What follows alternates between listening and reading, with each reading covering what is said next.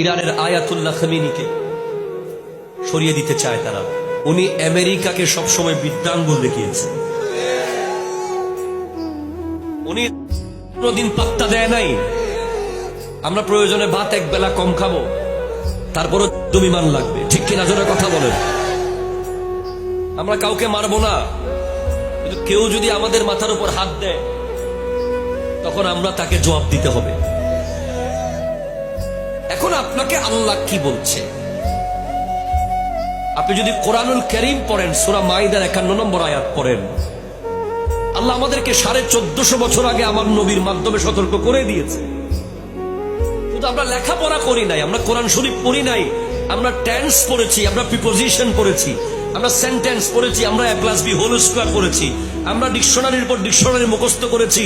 আমরা কোরআনটা পড়ে দেখি নাই, যদি দেখতাম ওখানে স্পষ্ট লেখা আছে, ইয়া আইয়ুহাল্লাযীনা আমানু লা তাত্তাখিযুল ইয়াহুদা ওয়ান নাসারা আউলিয়া, হে ঈমানদার, ইহুদি নাসারাকে বন্ধু বানাবে না। হাত তুলে বলেন ঠিক কিনা?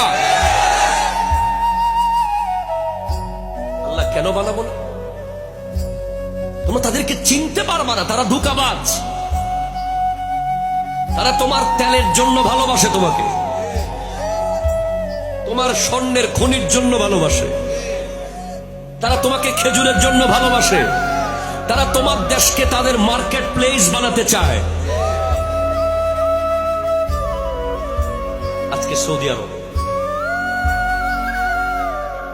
যারা সারা পৃথিবীর হেডকোয়ার্টার, যেখান থেকে আমার নবী গোটা বিশ্ব চালিয়েছে, যেখানে হযরত ওমর ফারুক আযম রাদিয়াল্লাহু তাআলা মিম্বরে দাঁড়িয়ে 22 লক্ষ বর্গ মাইল শাসন করেছেন,